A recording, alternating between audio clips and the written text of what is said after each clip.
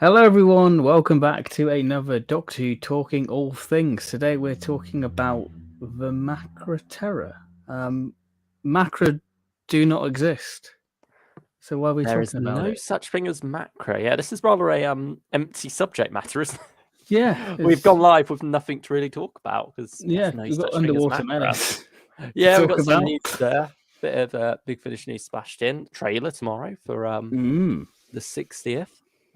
With alongside Strictly Come Dancing. I know we're all eagerly anticipating Strictly Come Dancing. Yes, big fan of that. And hello, Daniel Hager. Sorry for the delay, everyone. This sort of makes up for the last two times we were on time, doesn't it? It's we've made up for it in bulk here. But I mean, yeah, last few times we had people turning up late saying, sorry we're late, we didn't realize this was on. So, we did this one for you so that when you do turn up, you're on time. I just got in, so it works perfectly for me. There we There we go. There we go. Hooving the small Perfectly collection. timed. Perfectly timed. Could not have timed that better. There we have it. But how have you been, Ben? Tired and depressed. Yeah, it's been in terms of like Doctor Who stuff. We've had season 20. I can only say I've only watched one thing on it, which I've enjoyed a lot. It's probably been my favorite collection extra, which is the little road trip with Davo and gang. Yeah, look who's talking. Yeah, that was the first thing. Look who's driving. Yeah, look who's driving. Yeah, sorry. Yeah, that was wonderful stuff. Longer than I expected. Yeah, I thought it'd be 40 minutes, but it's like over an hour, which is joy. Same with Let's Go Dutch. I've not watched it yet, but I've seen it's an hour and 10 minutes. So actually, lovely. Yeah, I'm sticking on Arc of Infinity first before diving into that. So don't get that spoiled, even though it's 40 years old. Oh yeah, you've not seen most of this season, so yeah, cool. Yeah. I mean, I'm halfway through Arc of Infinity at the moment, and yeah,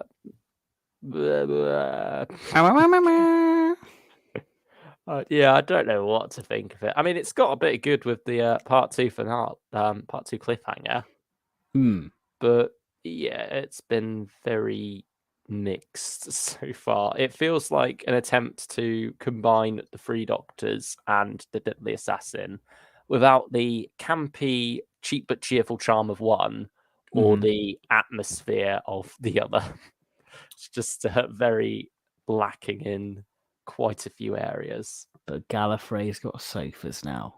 God, that's weird. Evening, guys. Evening, Joe Bowers. Thank you for joining us. But yeah, I mean, look who's driving now. Yeah. Wonderful stuff. Just the meltdown as they drive slowly, not that slowly, down the road. I am pressing it. It is wonderful. From start to finish, it's just joyous. You got some wonderful little detours in there as well, to the forest and making their own chocolates and such. There's a lot of wholesome moments in there as well as laugh out loud ones. It's not really Doctor Who. The only Doctor Who link really is they go into a Doctor Who convention, and it's just... You have a bit of a Doctor Who quiz at one point as well. But it is more their personalities, and I think that's rather wonderful because of any Doctor and companions pairing that you could take away Doctor Who entirely from and keep that. It's not even the relationship with the characters, really. Some of it bleeds in there from them to the characters, especially over at Big Finish. I think they've sort of seen how Peter, Sarah, and Janet interact and have sort of woven that in there. But at the same time, they are such good, entertaining personalities to have with Doctor Who completely removed from it. And so that dynamic of the three of them just works so well regardless and makes for something you probably could. I think you mentioned feels like Channel 5 afternoon little feels like series. A Sunday night program. Yeah, just something to grab a cup of tea, sit on and relax to really have a few giggles along the way. And it's wonderful. I really had a good time at that. It certainly was one of the things that stood out the most when that trailer dropped. Evidently, because it's the first thing I gravitated towards when my copy arrived. So, yeah, it did not disappoint. Evening all, evening Davies Flicks. Thank you for joining us. Apparently, I heard that road trip feature needed a lot of editing to make it suitable. I'm not surprised. Release the full thing. I'll watch it. Yeah, if we can get the whole uninterrupted studio edits jammed onto these box sets, why not give us like the 48 hours worth of road trip footage that there probably is? Wonderful stuff. Everyone been getting season 20, and I'm over here with Doomsday. I mean, hope you're enjoying it. Hope it's good. I mean, those individual covers that Sean Longmore put out were quite stunning. They look quite good. Yeah, I think. Yeah, particularly the first one with the Syndicate members in it from the Daleks Master Plan. So it gave me a very similar vibe to the Cycle of Destruction cover from Dalek Universe. And obviously with the Syndicate being there, it felt nice to have maybe a homage to Dalek Universe. I don't know if that was Sean Longmore's intention there, but it's certainly with the green color and the way it's sort of like cut out around the characters, it feels in line with what Cycle of Destruction's cover went for. Yeah. I binge watched the 5 Doctors for the 3rd Doctor and Sarah and the Brig had a great story on HD. Oh, I completely forgot I watched the 5 Doctors 40th Well, that's a memorable version. I mean, we'll save those discussions for another day. We don't want to get too much something planned for that. Well, 2 things planned, really. Yeah, that's true. That is very true. Yeah. The road trip footage and the only Doctor Who lost media I care for. I agree. If someone miraculously found the footage for Planet of the Giants, the full parts 3 and 4 rather than them truncated together, and offered me, you can either have this or the road trip, I'd get road trip easy. That's no competition. No, it isn't, but still. It's just that's similar terrible. things. Loki Doomsday might be the strongest set this month. Ooh. I mean, what have we had this month? Because I've not picked up much of it, so I can't really. Just fifth Doctor, Planetoid 55, Luther Arkwright. It's kind of a quiet month, really, for Big Finish. I don't know, not really. Well, for us it is. So for us, it definitely I is. count it as a quiet month. Yeah, I count my blessings. Yeah. Started War Master last. Did episode 1, the Walls of Absence, the one with Sian Phillips in, them acting alongside each other. It's off to an interesting start, that set. Only took me 3 months to get to it. Oh, you've beaten me, so... Yeah. I mean, we'll see if I continue it or not, because I did episode 1 of Comrades in Arms as well. Not long after that set came out, to be fair. But then never went back to it, even though I enjoyed the mum story, A Muller's Love. Just for whatever reason, haven't got back around to that yet. Good to see Big Finish dealing with the Once and Future CD sleeves. I'm fortunate as so far mine haven't crumbled, but it's one of those things I'm dreading it could happen. Yeah, you have to be very careful. You don't know what to do with yours, do you? Yeah, I feel like I tried snipping round the cellophane like you do on a vinyl, so you can keep the sort of plastic cellophane round it and still take the vinyl out. But it was just too fiddly, so I just unwrapped it completely. So I think I might get CD protectors for it, like I do with the steelbooks, just so they're a little bit It's just so it saves for knocking on the shelf, really, and just general wear and tear. Not that I'm going to listen to them, but it's just so they're future-proofed. Yeah, because when you're buying the physical media, you want that physical media to last, ideally. Yeah. Like, you're not, if you did just want to listen, you would just go purely for the download. You know, you're buying it to have something. It's that representation of it, yeah. Yeah. And you don't really want that representation to be crumbling at the seams. Mine are all fine, but can't wait to get the spares just in case. Yeah, it's peace of mind, hopefully. And I'll actually get a past lives with a number. Yeah, because yours is weirdly. Yeah. I'm not complaining. I think it's really cool. Yeah. I mean, Big Finish commented on your post about that, didn't they? Yeah. But yeah, anyway, for those who don't know, Big Finish put out the following update today. It's the 22nd of September 2023. We have been made aware of a number of defects in the special edition sleeves already shipped to customers, including missing numbering and flaking foil on the logo. This does not meet the high standards we expect of our products. We have contacted the supplier explaining this is unacceptable, and they have agreed to correct the issues and reprint these sleeves. The sleeve replacements for Past Lives, The Artist at the End of Time, and A Genius for War will be shipped along with the special edition CDs of Two's Company and The Martian Invasion of Planetoid 50 once these have been received at our warehouse. That'll be January 2024. Yeah, going by the current rate, it probably will be a while.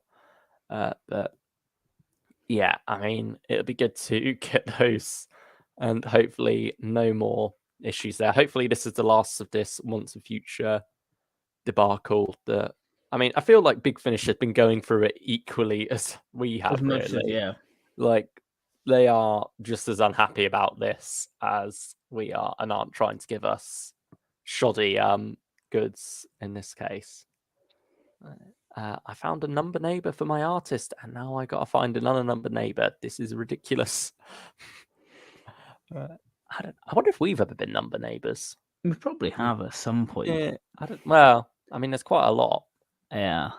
But yeah, because we never really compared the numbers too much. No. Yeah. I mean, the numbering doesn't really matter. Whether you order it day one doesn't mean you're going to get a low number. It's just kind of posted so random. Yeah. Yeah, because I mean, otherwise you'd be guaranteed to get the same number on every limited edition since, you know, you bought them all at the same time, but evidently that does not happen. I don't know, would that be cool or would that be a bit boring? It's like the scratch card winning the lottery when you have the right numbers lining. Yeah. I don't know. There is something fun about, you know, opening it up and looking at the number, isn't there? It is nice just to go, oh, am I in the first 1,000 or 500? Yeah. Or do I have a nice round figure? Do I have something that looks neat?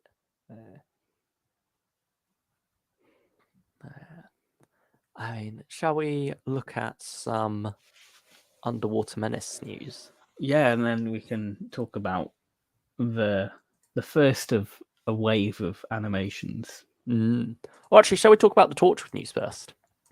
Instead, then? Yeah.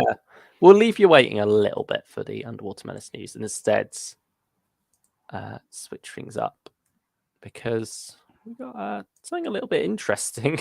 Not the news I was expecting today, if any, because this is our first bit of news in September, isn't it? I'm getting ahead of myself. October. It's because the first of these releases comes out October. Yeah, we have Putting the Ood in Torchwood. And it's a trilogy of them, in it, with the crew from, or the survivors of the crew from the Impossible Planet and the Satan Pit, following up on that other one with Zachary Crossflame. That was 2021, wasn't it? Yeah, it was. It was. I nearly picked it up on sale, actually, but I didn't. Yeah. Is it Empire of Shadows or something? Yeah, that's it. Yeah, I don't know if these quite connect to that at all, but that certainly seems like a pilot to test the waters for, is there interest for this side of Torchwood? And I mean, I do love that Torchwood has been exploring really the worlds of Torchwood. I think we've described a lot of the monthly stuff as we go from way back in the past, the future, going sideways with different characters. It's not just about the main Torchwood crew. It's not just about continuing this as a TV series, or as the TV series would have told the stories. It's about really diving into what you can do with a more adult approach to the Doctor Who universe. And so with this trilogy, we have the Ood pairing up with a different survivor in each story. So we've got Ida Scott, Claire Rushbrook, who's done quite a bit for Big Finish as of late. I mean, she even reunited with David Tennant, didn't she, in Out of Time, the first one. Tom Baker. Yeah. And then obviously doing all the robots with Nicola Walker as her sister. So, yeah, I mean, I can't say it's too surprising that we're getting her here. And it's sort of following up on that little tease about her father, it seems this story is. Odyssey, this first one's called. And then we have Ood Done It. This is Sean Parks returning as Zachary Cross Flame. What a wonderful title. Yeah, very good. Top marks there. Yeah. Murder mystery of an Ood. And then finally we have Oracle by Ash Darby, which is Danny's Danny boy. He's back. Ronnie Duty. And yeah, it's nice having these three back together. I don't know about you, but I feel like I'll be picking all three of these up. I like the idea, but I think I'm going to pass. Do you think you'd been more tempted if they were together in a box set? I was thinking if it was more of a box set, yeah. Yeah, but I expect you get individual cover art this way, though, at least. But you'd probably get it individual as a download, wouldn't you? Like River. It seems to be hit or miss with that, though, doesn't it? True. Like, that's not a guaranteed thing for every set you do.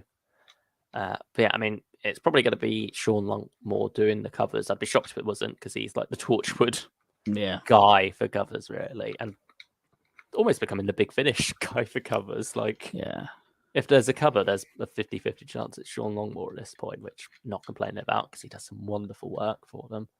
I also feel a little bit stung by double as well. So do I want to commit again and sort of be disappointed? I mean, I'm on my Torchwood high at the moment. I've done what's it called? Among Us now. Finished that last. So yeah, I'm in the mood for some more. I've also got Sigil still to listen to, the final Billis Manager audio.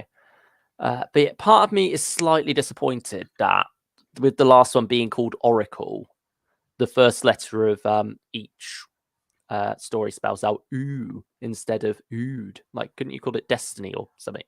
You could think of a better title than that, but come on. Start it with a D, and we could have "ood" as the little code or whatever you call it. Yeah, I mean, it's nice having like a connected trilogy, though. Script edited by Tim Foley. Oh, so there's going to be quality. If you're tempted, yeah.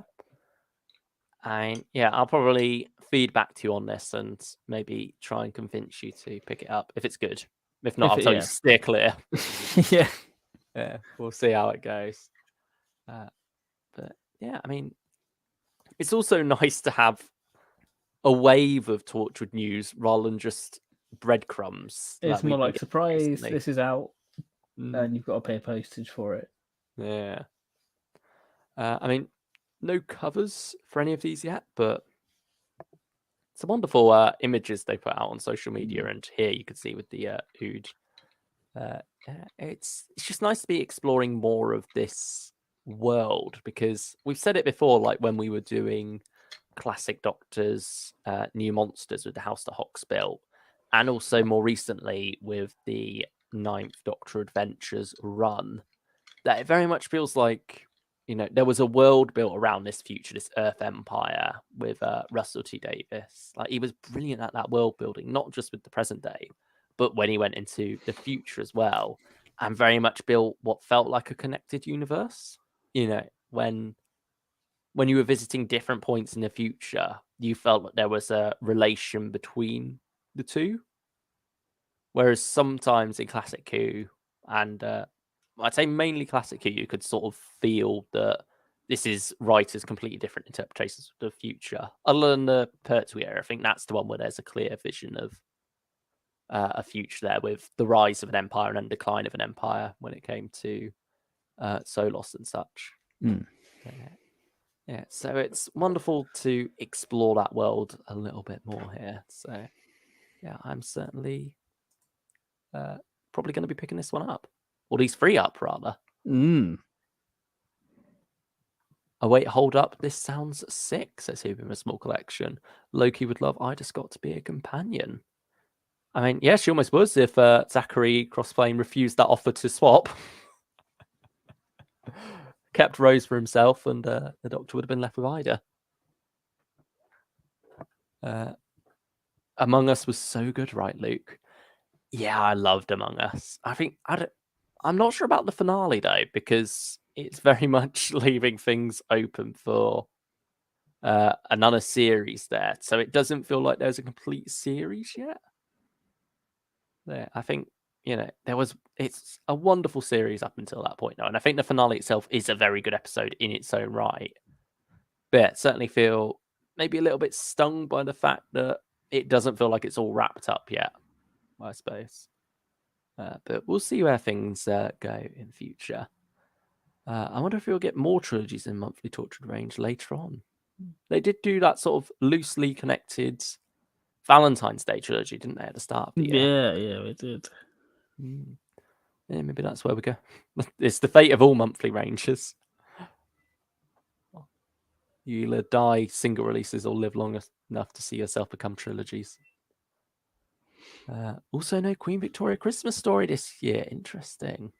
Yeah, no Christmas story at all, actually. Yeah, it's become like a tradition. I normally pick those up. Yeah. I suppose you got 8th Doctor for Christmas Day. Yeah, and 11th Doctor as well. Ah, yeah, that's true. I suppose maybe I thought they had covered enough bases of Christmas specials there. Maybe we'll get a Jacoby Christmas special too. Or a Rani one. Yeah, that's true. There's certainly room.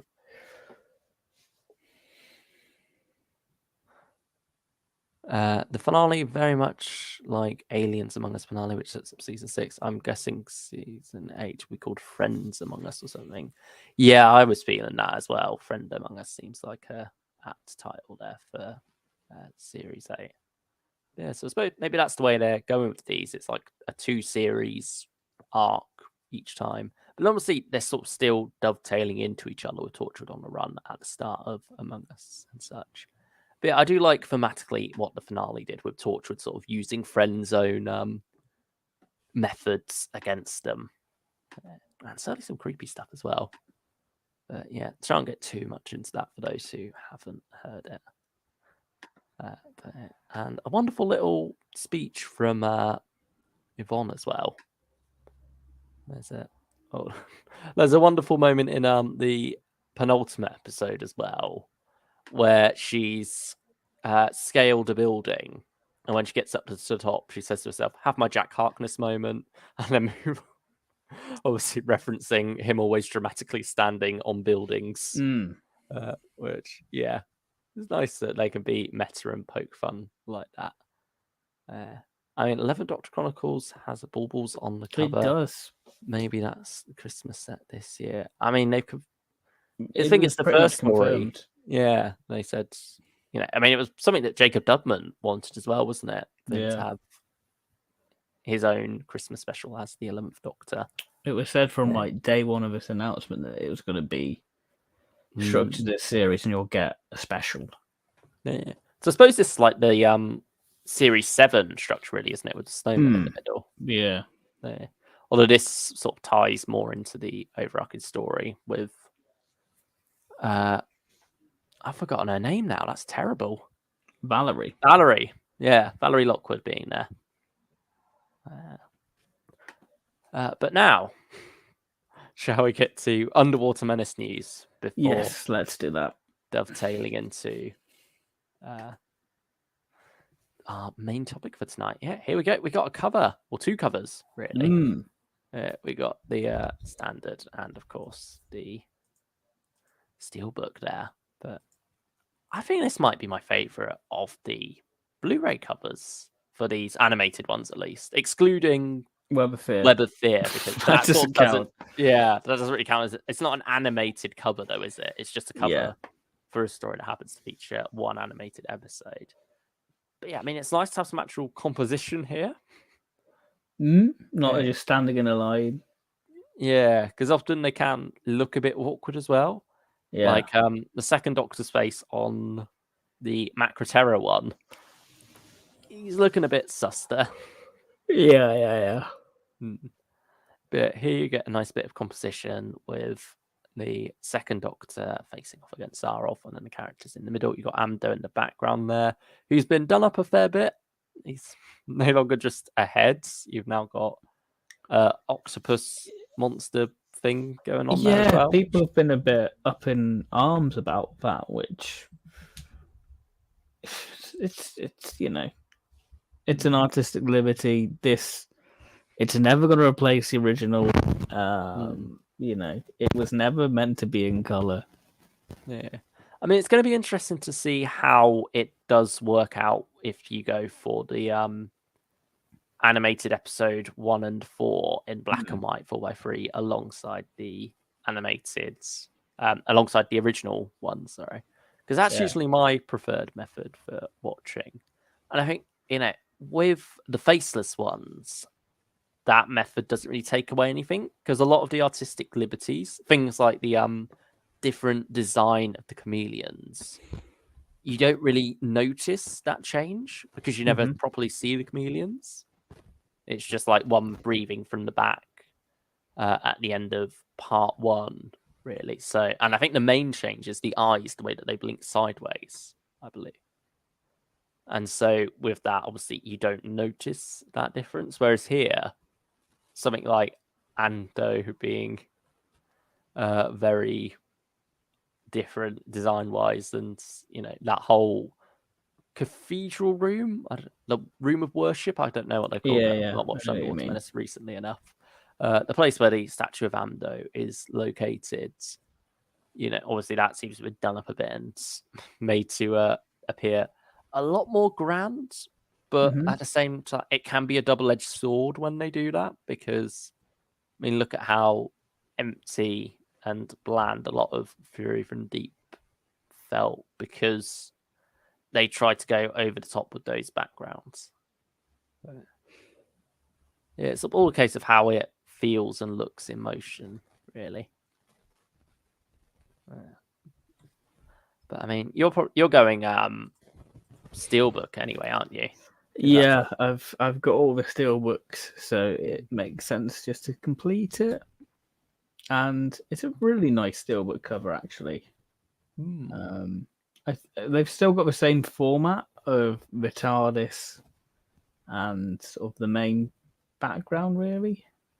Yeah, it's the way they've been going with it, and I think it works well enough. Yeah, I mean, it's the first one with the new logo on it. Yeah. Which, I mean, I'm not not to get into logo discourse. I'm sure you can reverse it as well. Oh, no. Yeah. Oh, yeah. You'll have the standards DVD range, but more so just in terms of, you finally have a logo that can be a bit more prominent on a cover, because I think with the Whittaker era logo, that was always hard to make stand out on a cover. That's why they sort of went for these more unique title fonts and such, isn't it? To give that more power to stand out. But now, with the stacked version, you have something that could work very well on a portrait cover. Yeah. But they've just not gone for that and still stuck with the horizontal one, which I don't know, it just looks a bit awkward to me. It feels like there was an opportunity there to really make something that would pop on a DVD cover logo-wise, but instead they went for the more boring option. I mean, minor criticism, though. It still looks great. And I'm completely fine with the spine, because that'll line up quite nicely on the shelf still. Like, I think even though with Big Finish, the logo switching, they still line up nicely on the spines when it comes to the relaunch stuff. like it doesn't feel wrong to mix and match between them. Like the way I have it laid out, it's all the first Doctors together, then all the second Doctors, all the third Doctors.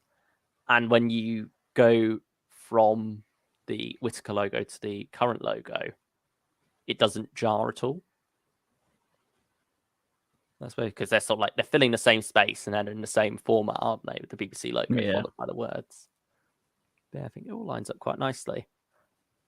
We reverse it and it's the 2018 logo. So we have a small collection. God, no. I mean, it would be easier for them to do, wouldn't it, rather than formatting it into the classic. I mean, it never quite looks right having that for the Blu-ray, though, I think. Yeah, I don't know about you, but it feels weird having like the roundel aesthetic inside a Blu-ray case. Yeah. I mean, I don't have any of those, so it's fine. It's not an issue. Oh yeah, actually, you don't have to worry about these. Yeah, I don't have to mix and match. Yeah. So should we now talk about the sort of beginning of where we're at now with the animation? Yeah, released in 2019 and sort of began a big trend, I guess. What finished last year, I'd say. Yeah, Abominable Snowman was last year, wasn't it? Which is wild. It's like a mini wave of them, really, wasn't it? Yeah. And the BBC America funded ones, I guess. Yeah, before they pulled out. I mean, obviously, they started with Power, which sort of felt more like a testing ground, didn't it, for what they can really do with this. That also had the BBC Store contribution. Did BBC America fund much of it, or did they more buy it off them afterwards to then colorize themselves? Yeah, I think it was a bit of both, to be honest, because BBC had no part in the colorization. No, I think that was certainly BBC America. Yeah, I think that was done for BBC America broadcast. Because Americans can't watch black and white telly. No, or 4x3 telly, it seems. Yeah. This is not a dig. It's just how they it's certainly how BBC America viewed it, isn't it? Yeah.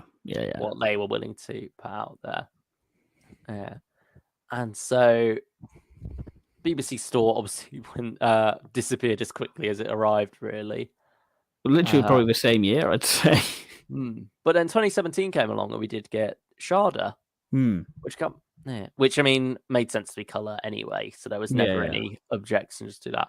Although that was 4x3 to fit with the original footage and sort of jump between the two. So I don't know if that was BBC America funded.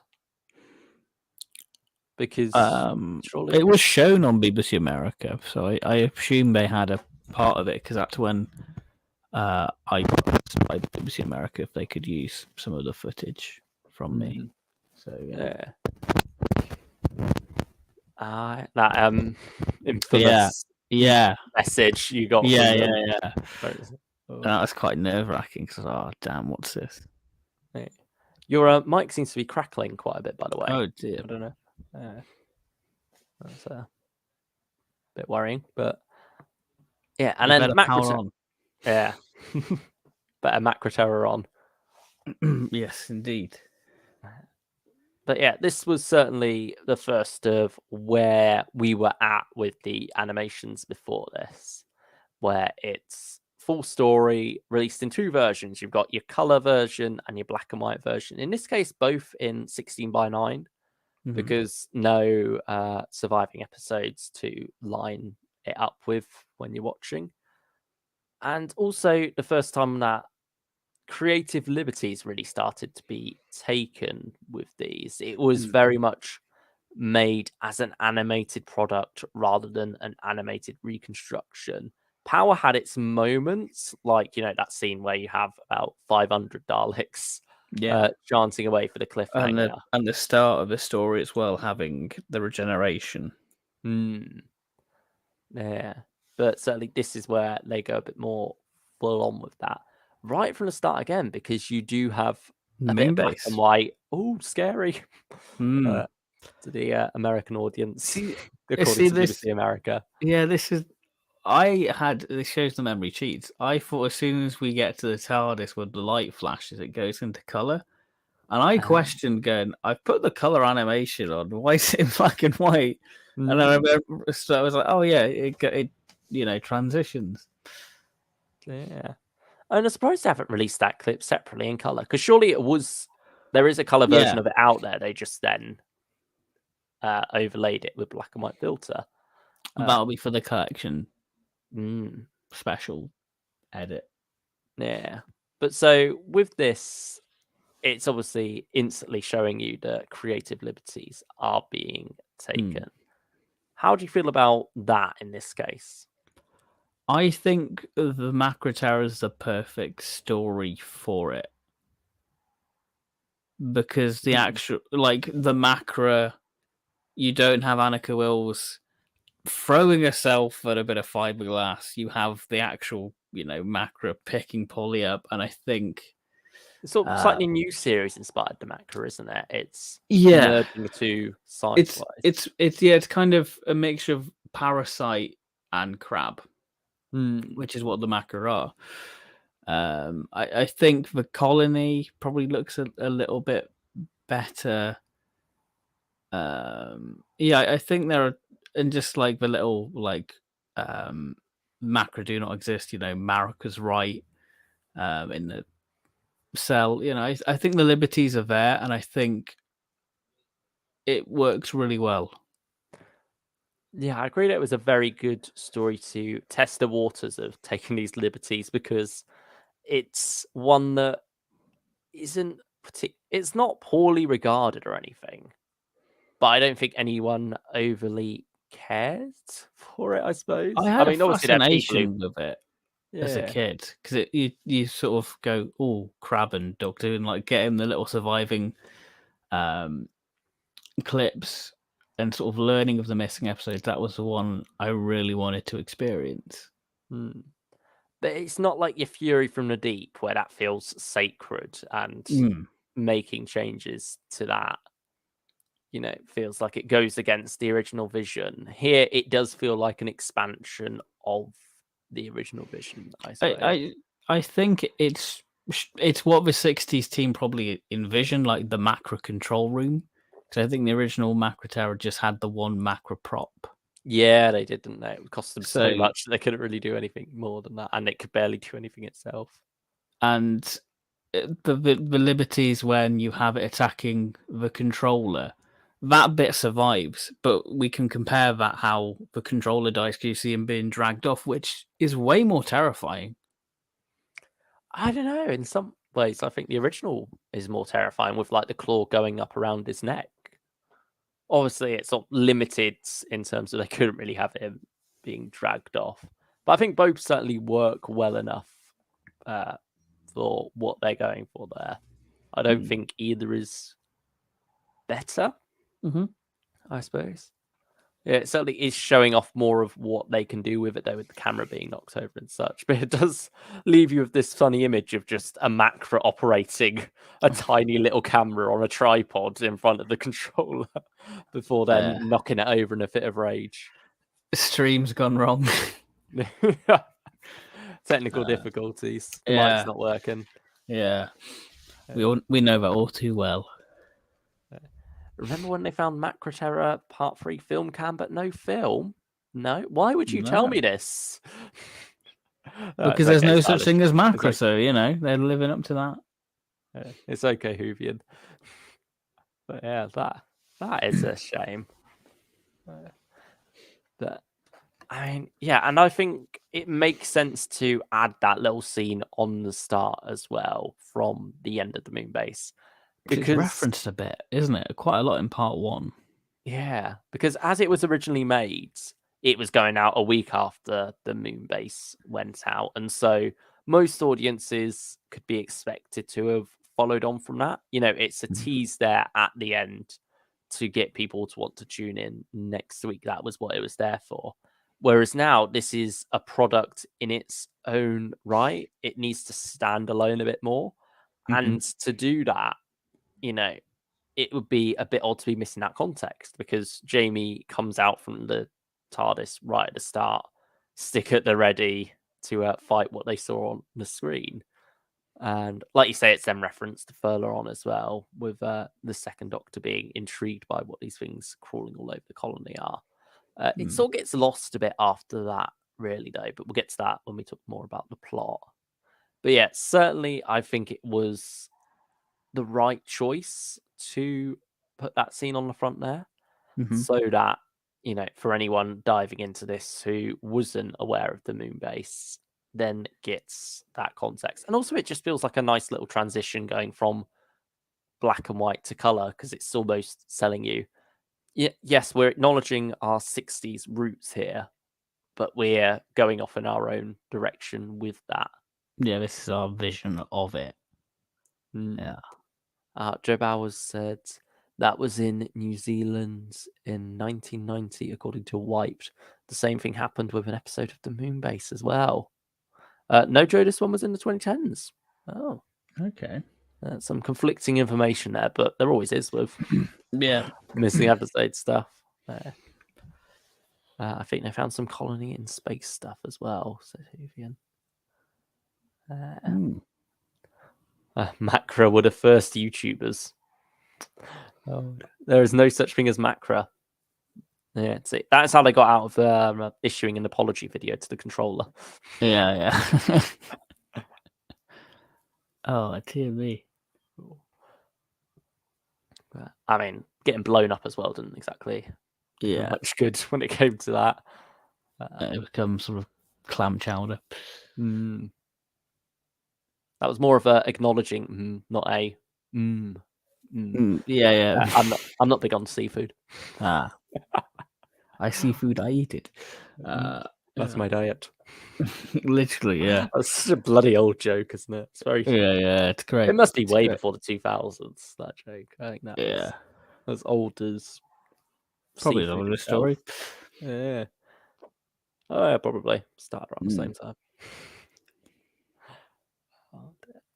But back to the story itself, and I suppose the animation is sort of where we're diving into this first before we get into our thoughts on said story. But what do you think of the models, I suppose?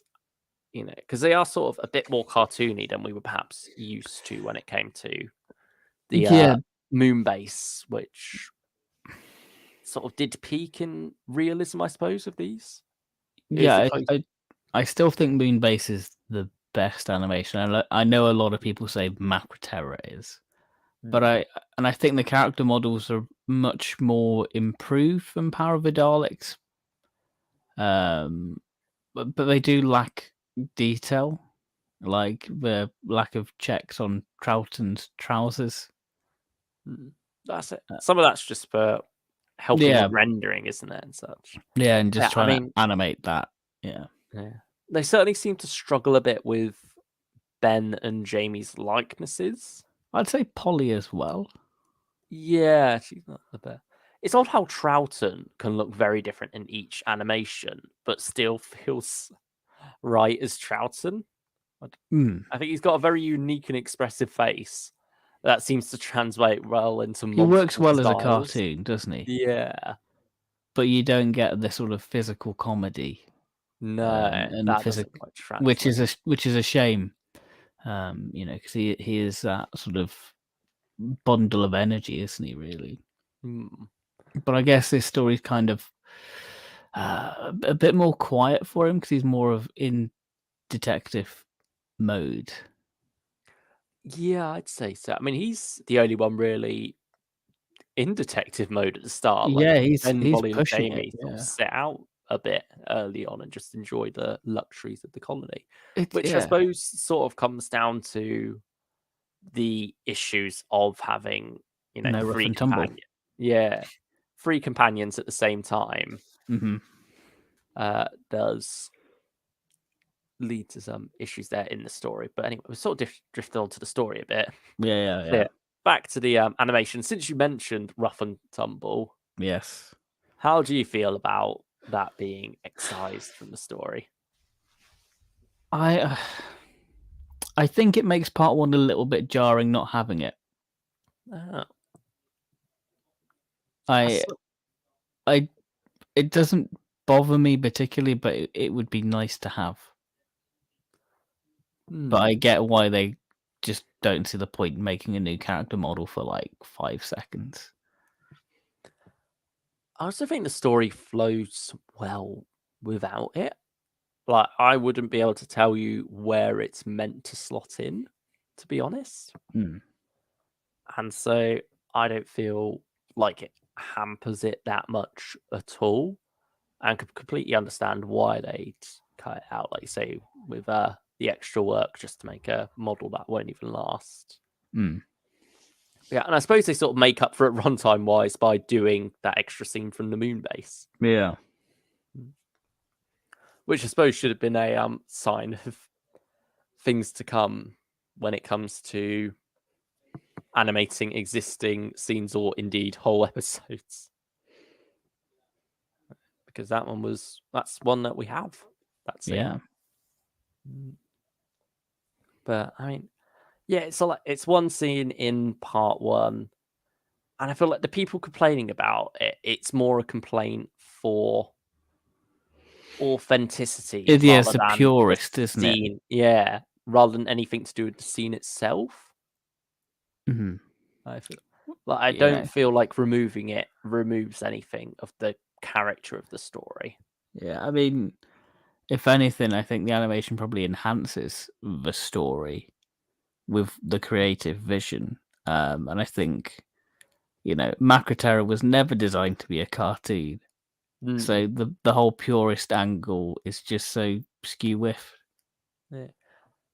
I mean, one thing I do wonder about with this new wave of animations is what it would be like to be a child at this time and getting to watch things like the Macra Terror animated, how I would engage with Classic Who perhaps differently through that. Would I be interested more because it is a cartoon? And as a child, there's something quite fascinating about that. Because, I mean, it never really bothered me one way or the other with the invasion, which I would have been about 10 for, I think. 10 or 9. Yeah, I think yeah. Because I was 8 when I saw the invasion, so I think that's the closest thing. But with to that, but with that as well, it's filling in the gaps in the story rather than it's still quite pure, isn't it? Yeah, it is, and it's black and white. It's bought by 3 as well, and you've got the majority of the story anyway, so you're not really viewing it as a cartoon. Whereas with this is fully animated. I just wonder how, if that would give me nostalgia for it.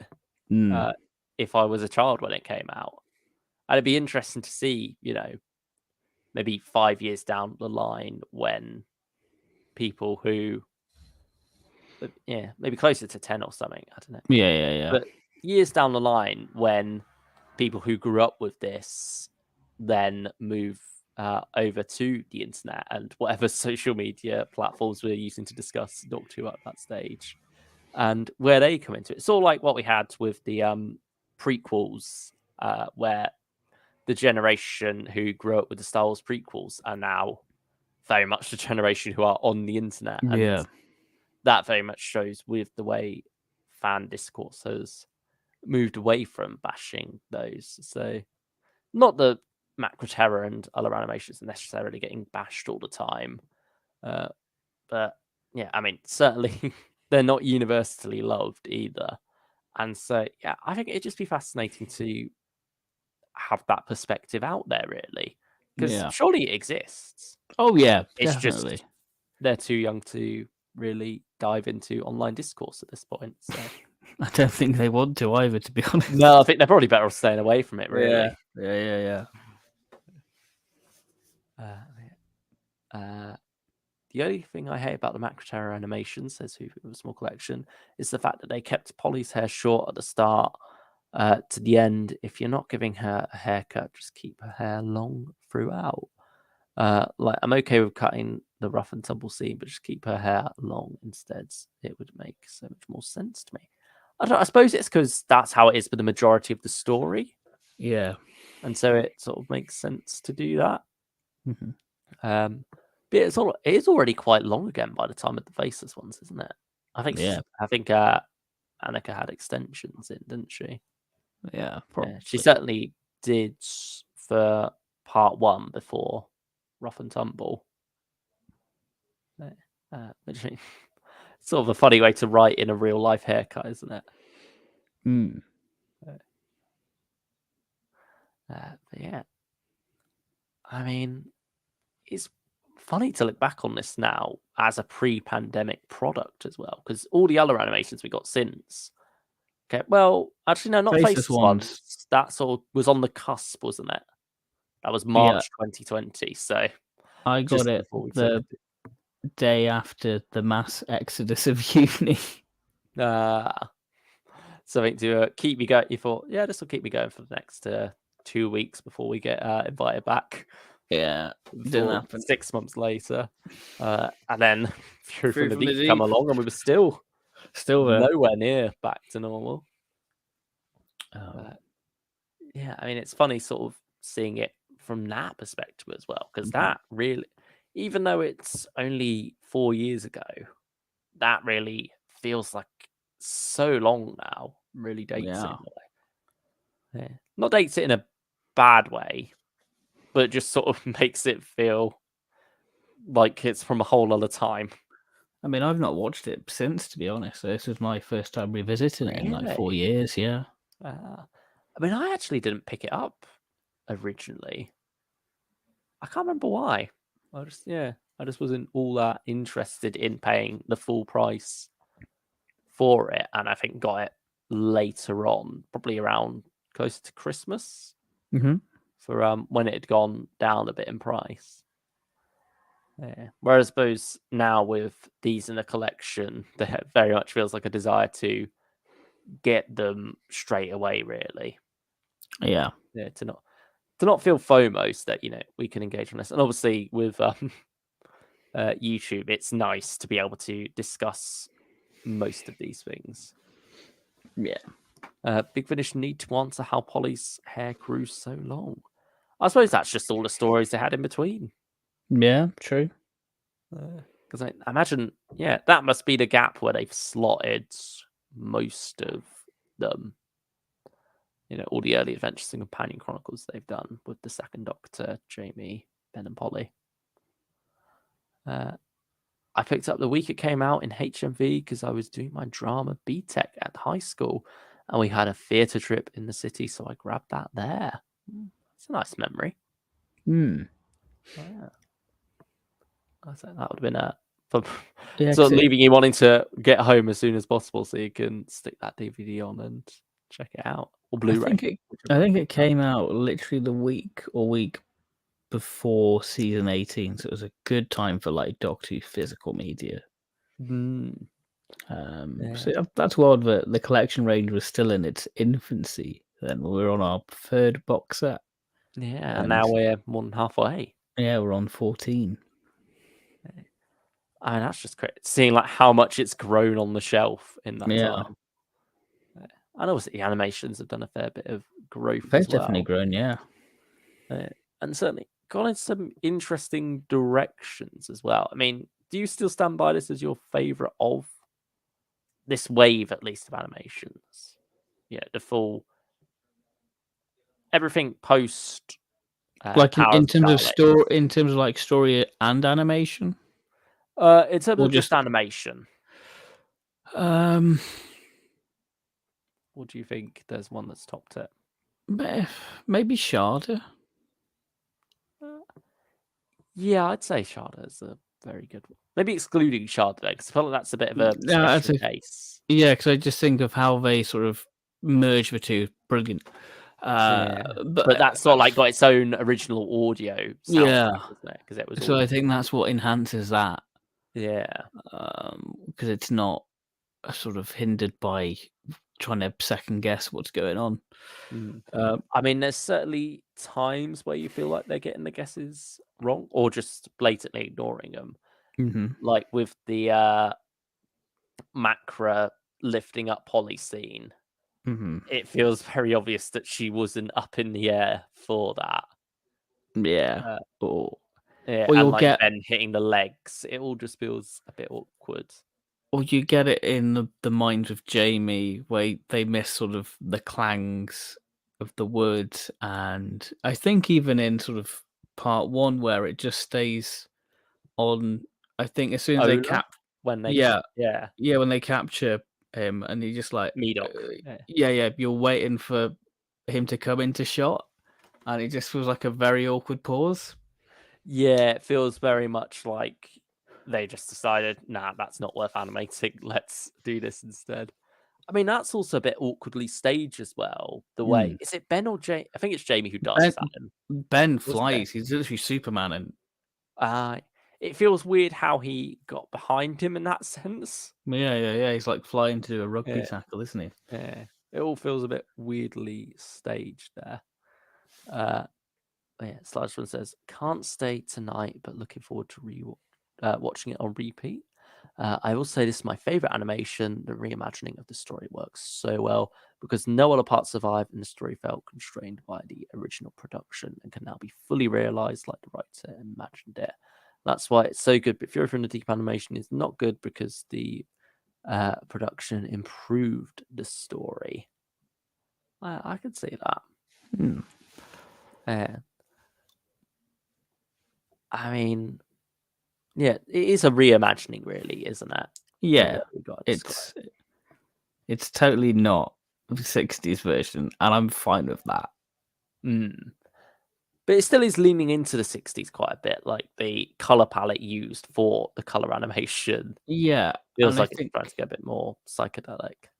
And I think that works really well in manufacturing this sort of artificial happiness of the colony, having it in color. Yeah, that's true.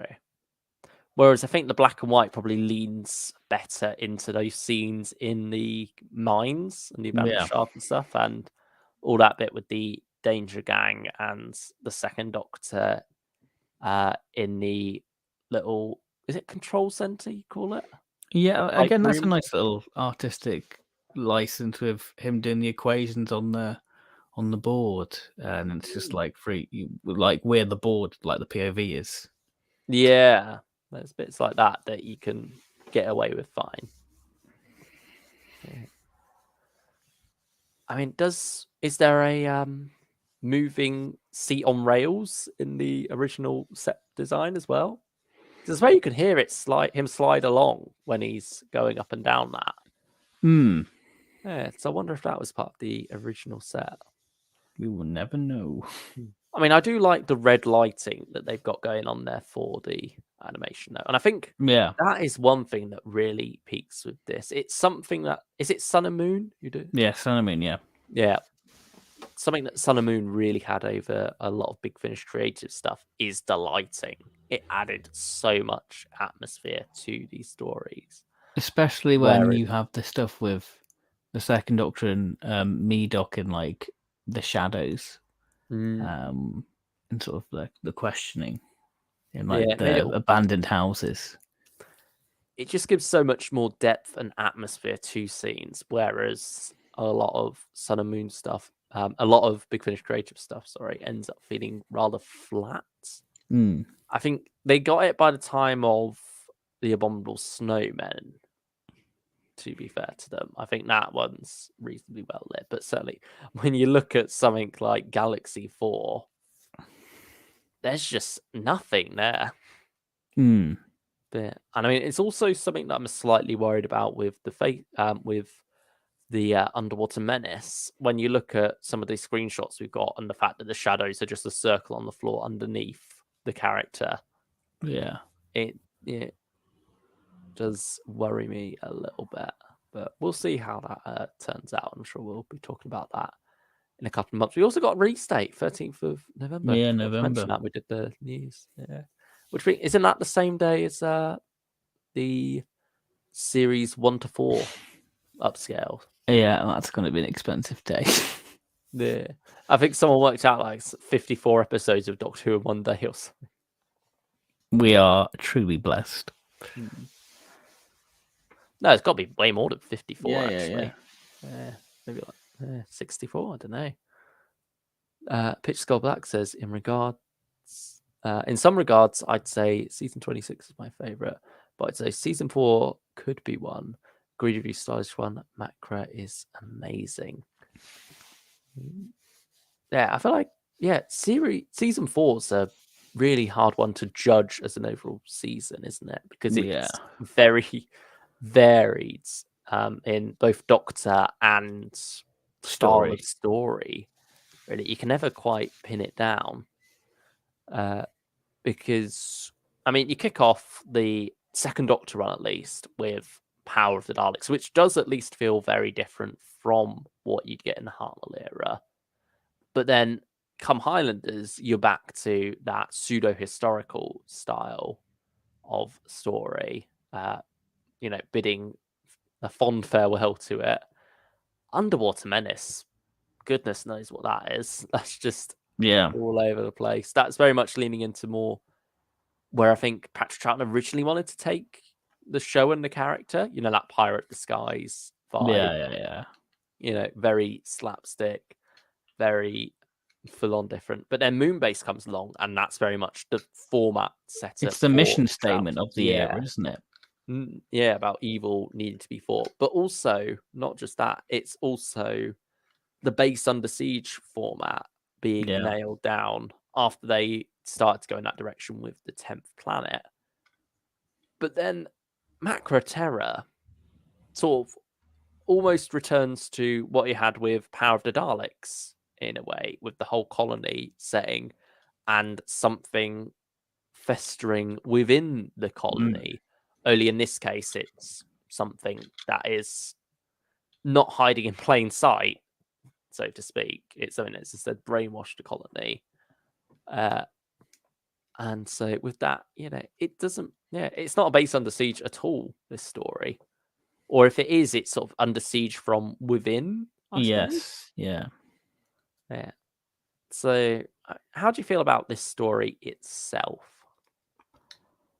I think that it's quite modern for what it's doing. The idea of, Big Brother and always being watching and conditioning.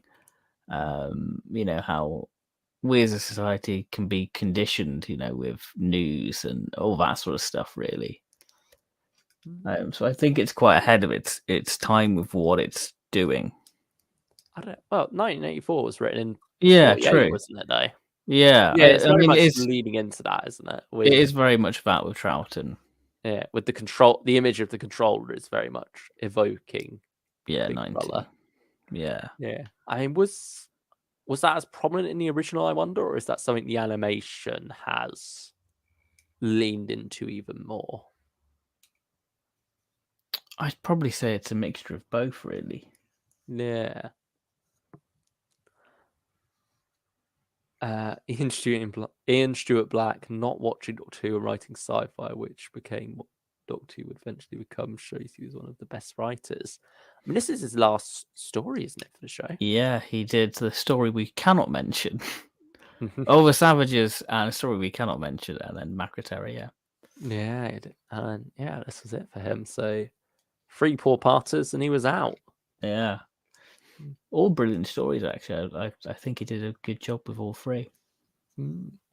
I remember thinking when I first listened to this story on audio, it had a similar feel to the TV series The Prisoner. Oh, that's interesting. Yeah. I suppose that's sort of taken away a bit when you see the visuals, maybe, or at least the animated visuals that they have put together here. Yeah. But I mean, it certainly also has a bit of a you could describe it as anti-capitalist, although maybe I'm reading into that a bit, with the idea of, the people who are really benefiting from this are the ones who provide nothing to the system. So like the parasites at the top or at the bottom in this case, feeding off the workforce's labor, really. Yeah. They are. in a sense, stealing what they've earned. But we do it for health you... and happiness, so it's fine. But yeah, and then there is that whole thing of within a capitalist society, you're almost conditioned to want to work in a way, or to sort of see work as beneficial for you, or just the done thing, which is very much what is being molded into these people's minds in the story, and made to not even question what they're doing. When asked about what the gas is for, they said, "Oh, it's for many things." What, like heating? No, we don't use it for that. We use it for many things. It's all you start picking away at it, and it all starts to crumble. This vision that they have of the world around them. I mean, the world building's brilliant for it, I think. Yeah, but at the same time, it's not necessarily a story about the citizens seizing the means of production.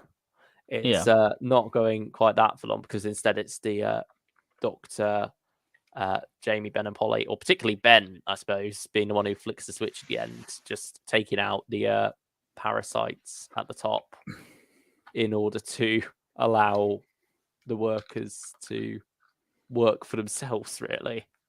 But at the same time, they don't really stick around to solve any political vacuums or such, or sort out all that afterwards. But when do they ever in Doctor Who? Yeah, I mean, at this point, Doctor is quite pulpy, isn't it, really? So it doesn't have that level of scrutiny, I guess, of society. Instead, you just get the funny scene at the end of how they're planning to make the Doctor the pilot, and he's like, "Well, we better get out of here then." I just want a hat. I would like a hat like that. Yeah. The Macra controller is a grainy crab who has a posh voice. What is something only 60s who could do? Yeah, it's actually the Macra talking then. Yeah, I assume. Yeah. Yeah, which just feels wrong. The voice doesn't match what you see. Especially when you've got a Macra crawling around. Yeah. Like, I sort of envisioned it as something similar to, the final episode of Sarah Jane Adventures, where you've got all those James Dreyfus's little slave aliens pulling all the levers and typing and stuff in order to make that hologram work. I sort of imagined this being like that, where the Macra would type stuff and it would be a text-to-speech voice, essentially, for that what was originally seen as the voice of the controller, but then clearly isn't. I mean, certainly there's intelligence there, and I imagine they can speak, but it sort of feels wrong to say that it is the Macra speaking. Especially when, because you don't even have a lip sync on that, really. Did they even have lips? Did Macra have lips? I mean, you see like the little mouth, don't you, at the start of end of part 1 and start of part 2. Yeah. But then the ones calling about the colony do feel much more simpletons, much more like the ones in Gridlock. Yeah, sort of like the worker drone force, I guess. Yeah, grabbing people. I suppose they were just out there to stretch their legs, really. Yeah, well, yeah. I mean, so do they have to sneak in through the colony, do you think? Is that why they would? Do they like go out onto the plains? I mean, everybody's having happy sleep time being conditioned, so they probably aren't going to see a massive giant crab parasite. Oh, that is one thing that sort of jars in the animation, where the Doctor's looking for the device in the wall, and it's quite clearly this massive grill there. Yeah. And he's like feeling along it. That is something that doesn't quite. Yeah, it's a better version of Power of the Daleks, isn't it, in a way? I'm also not sure about the room setup as well. Like, I think in the original, is Polly in her own room, and then Jamie and Ben are sharing a room? I don't know. I've only listened to the soundtrack once, and that was 2015, so I can't say. But it's still the same soundtrack, and you sort of do have bits like that feel a bit like jarring. Yeah. Because I think the second Doctor's in there after helping Polly, and he goes, "Oh no, I forgot about Jamie and Ben," and they're like right next to him. I'm out. I can't continue after the power slander. I'm just thinking in terms of like the Examiner stuff and how detectory Troughton is. I think. I mean, here it feels a bit weird how much they let him get away with, really. But I suppose it's just the. It's just him flouting the system, though, isn't it? It's showing how flawed it is. I mean, I'm going to agree with Stylish One, actually. I prefer Power to Macra. Really? Yeah. Oh, okay. Yeah. Having rewatched the animation again not too long ago, I can say I think, with that similar setup of a colony being manipulated by aliens from within, I think Power does that angle better. It has a bit more political intrigue within that, and the Doctor sort of being caught in the middle. What Macra has going for it is Jamie. And the Highland Fling, That's it. Oh my gosh, Luca Power fan. I'm not going that far, Stylish One. Don't push your luck. Sorry. I have done it. Victory! We have victory! Victory! No. You can take your win. I'll let you have it. But yeah, certainly. When we get round to ranking the second Doctor era, I will be fighting for Power to have the slot above Macra Terror. I prefer Macra. I think Macra's just a real snappy story. Pun intended there. Yeah. I mean, it does have the benefits of being a 4-parter as well. Yeah. And I think the story is just good. Yeah. Joe Bowers, I'm going to go. See you guys in the next stream. Thank you for sticking with us, Joe. Pleasure having you here. Enjoy the rest of your night. Power of the Daleks sits at an 8 out of 10 for me, says Pitch Skull Black. Meanwhile, Stylish One, no surprise, says 10 out of 10, no notes perfect. I have notes on Power. Macra has the better animation, but Lesterson is better than any Macra character. I can agree there. I think Lesterson is far superior. I mean, an odd character in Macra is Medoc, who gets quite a lot of attention early on, but then feels very unceremoniously killed off. And then in the animation, it's almost hard to tell that he has been killed off because they don't show a body; they just show the goggles and some green slime. So that it just feels so weird. It almost feels like while writing it, Ian Stuart Black realized, oh, I've got companions who are meant to fill this role. Let's get rid of this character now and give Jamie something to actually do. Yeah, it's more like he's more interested in writing his own characters than characters he's been given for the checklist. But I mean, that's what Fraser always cited this as, like the beginning of Jamie as a proper character, because before this, he was very much being given a lot of Ben's lines, and that all being divided up between them, because when those stories were the first draft came along, Jamie hadn't been included because it was decided pretty late in the day with the Highlanders to keep him around. Whereas Macra is the first time a story, presumably from early on, was envisioned with Jamie in mind. Because certainly you've got Ben having his own thing going on as well, as he has his old mind control subplot. It's interesting what direction they go with Ben, because in Ben in Power you had him doubting the Doctor, so you feel like that's sort of a story thing they're trying to lean with Ben. I suppose, you could mirror that, couldn't you, really? And say now everyone else is doubting him, or at least Jamie specifically, and Polly a bit as well, but the Doctor's much more understanding of it as, he's just the one who has unfortunately succumbed to the mind control. I always laugh at the scene in Underwater Menace where Polly and Ben figure out a plan and Jamie just says, "Aye, tell us, Doctor." I'll have to look out for that one next time. Not long now.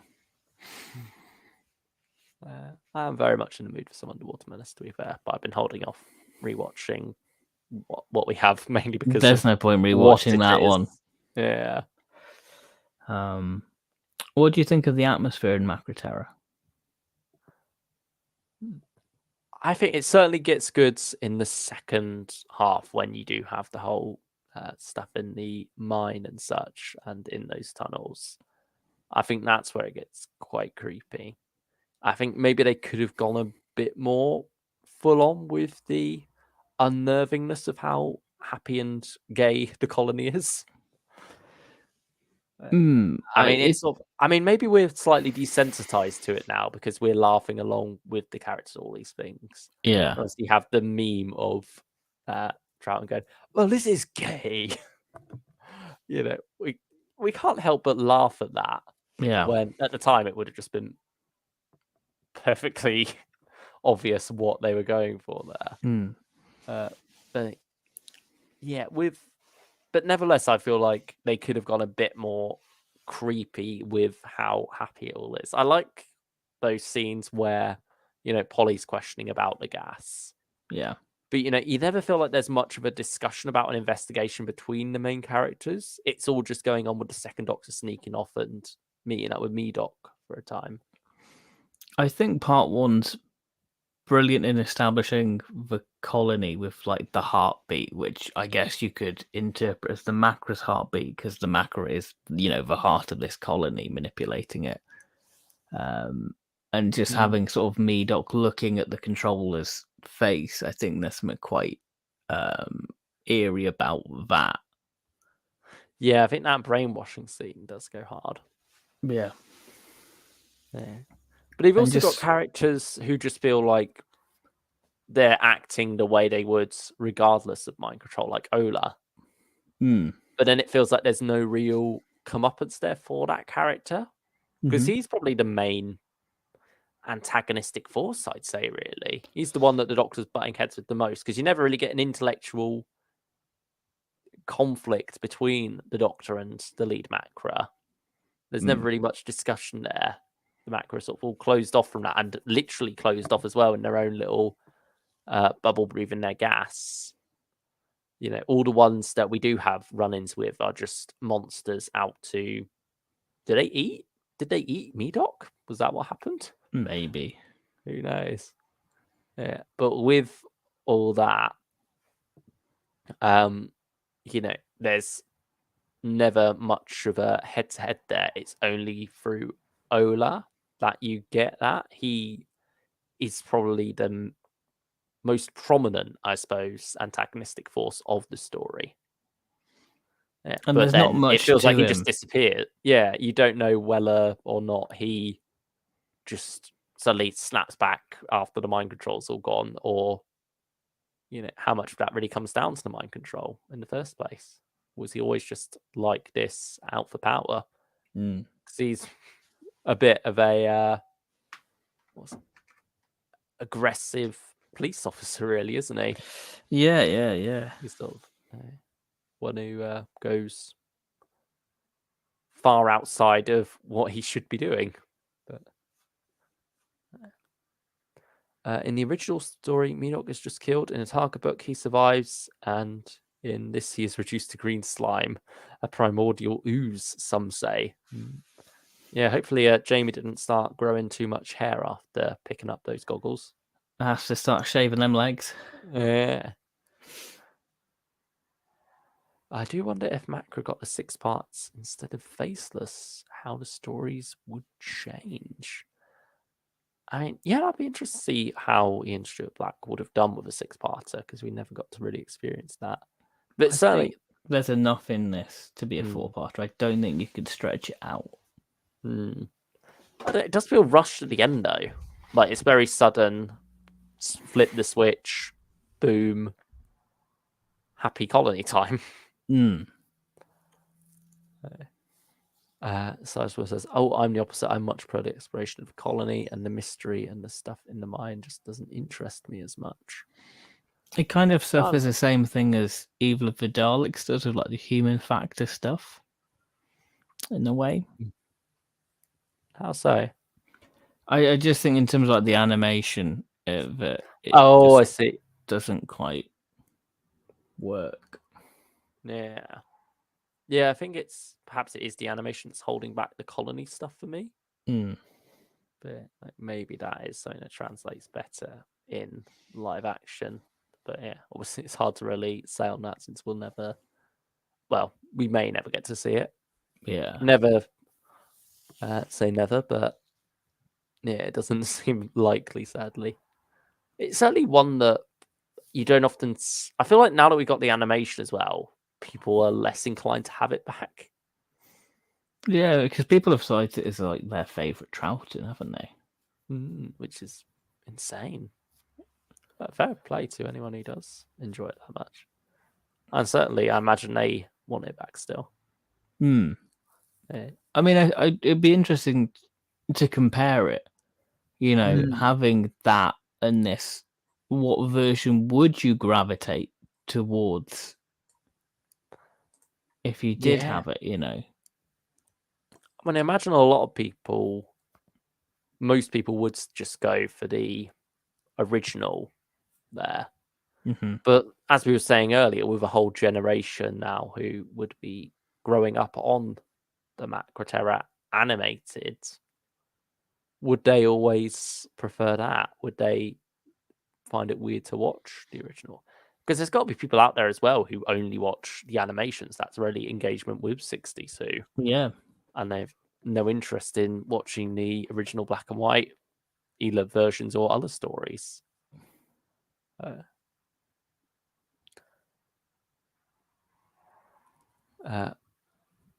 Macra has revived a real preoccupation after the animation. Before that, Missing Episode fans knew about it, but it didn't rate too highly, and others don't know about it. Now people love it. That is very much the case. I think certainly it has got more people talk about. Similar situation to Enemy of the World, really, isn't it? When that was found, it was a story that was mostly forgotten. It was always, I think Macra was always a bit of a curious one. Yeah. Maybe slightly thanks to Gridlock, there was a fascination with it because it's like, you're bringing back these monsters from a single classic or two story that doesn't even exist anymore, weren't exactly well regarded at the time, and also you've made it completely different anyway. Yeah, so I think there's always a bit of a niche aspect to them there. Macra Terror was reportedly shown at an Australian school in the 70s. That is bizarre, but also feels strangely believable. That's it. Hopefully they weren't trying to brainwash the children. Happy sleep time, everyone. The only colony member we care about is the dance choreographer. He's a wonderful, jolly fellow, isn't he? Yeah. I mean, that's the other thing. You don't really get that many colony members throughout the story. Like, you got the pilot, Ola, Medoc, and that's it, really, for ones that actually stand out as characters. You get the odd other ones as well, like the pilot's receptionist and, like we say, that dance choreographer. But you never really feel like you're interacting with the average Joe of the colony. Yeah, you don't live in their world, I guess. No. You feel like you could have had like, Polly and Ben go off and sort of live with one like colony family or whatever, and just get about life a bit more instead of it feels quite segregated. It's like them and us, I guess. Yeah, and I think that ultimately comes down to it being a 4-parter and there only being this many characters. But at the same time, you still get a bit more of that with, say, the Underwater Menace, where you've got that Irish character and his mate. Yeah. I mean, I can't remember their names at all, but nevertheless, there is a bit more there. And you also got all the marketplace stuff, and you've got that girl who's Polly's friends. All of that comes together to help create more of a world. But with this, you don't really see that as much. Like, there's none of the characters are really there investigating alongside the Doctor and companions. In fact, half the time the companions aren't even there investigating alongside the Doctor.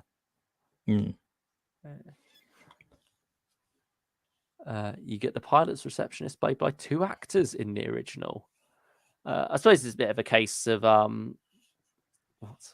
the commander in Ambassadors of Death. How he's what's his name? Played by Ronald Allen. I believe it's Ronald Allen. Cornish. Ralph Cornish. Yeah. He's got like 2 assistants throughout that. Yeah. I suppose 7-parter. You're gonna need to get a new actor in at some point. 62 really didn't do colonies well. That's the only criticism of power I do have. It feels like a few buildings rather than a colony. But the character work is amazing, so it all works. Yeah, often you do end up in like just corridors, really, don't you? Rather than experiencing colony worlds. And I feel like Colony in Space doesn't do too badly. Yeah, Colony's good. Good. I mean, less so Planet of the Spiders. But I think I I sort of imagine that more as like tribes of Metamelis in a colony. But they are technically colonists. That's true. Yeah. But certainly, like the way that weird town thing is created. Yeah. But then Solos in the Mutants, I think that's done well. But it's a very different kind of colony, isn't it? Like you got the Sky City and such, and that sort of you're able to get away with it being corridors then because it's the space station, really.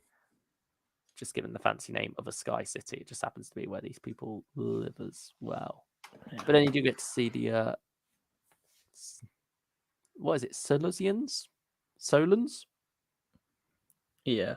Well, yeah, you get to see them down on the surface living their own lives. So,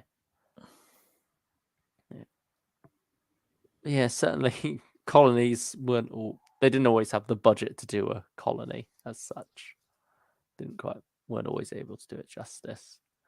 And I mean, yeah, this is a weird one as well because you've got like this huge indoor hall where these events seem to be held.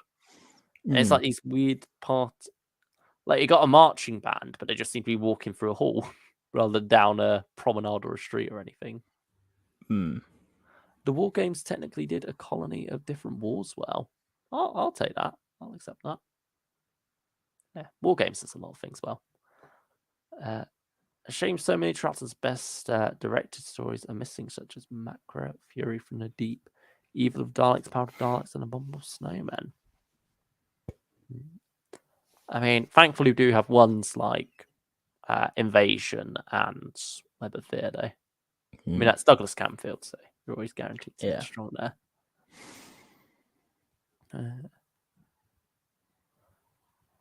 But certainly, I think there's a lot to enjoy still with this story. But I do feel like it's more just passive viewing for me. It's just, all right, let's switch off and have a bit of fun with the Macra Terror. There's not too much to really engage with in it, at least for me. How about you? I really like it. I enjoyed it, maybe because I've not seen it in a long time. So it's quite a nice sort of refresh of watching it and just experiencing it again. I mean, it is the fun of doing these throwbacks, isn't it? Yeah. Getting to reappraise things sometimes.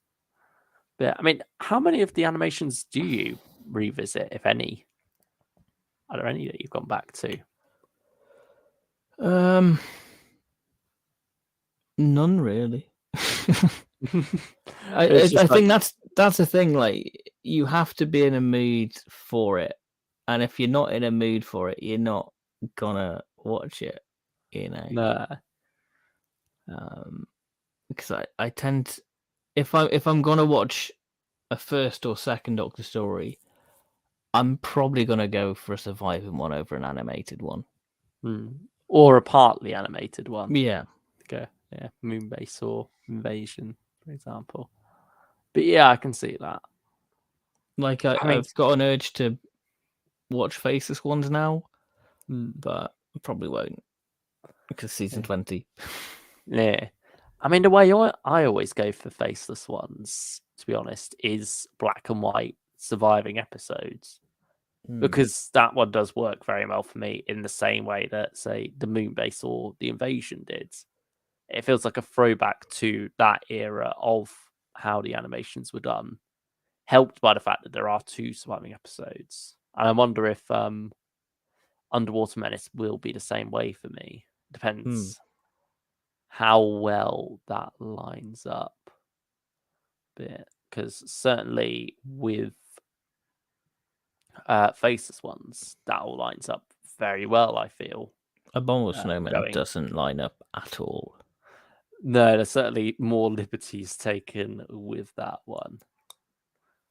Yeah, like even just the whole because there's like a corridor outside the cell in the original, whereas in the animation it's all open to the elements, isn't it?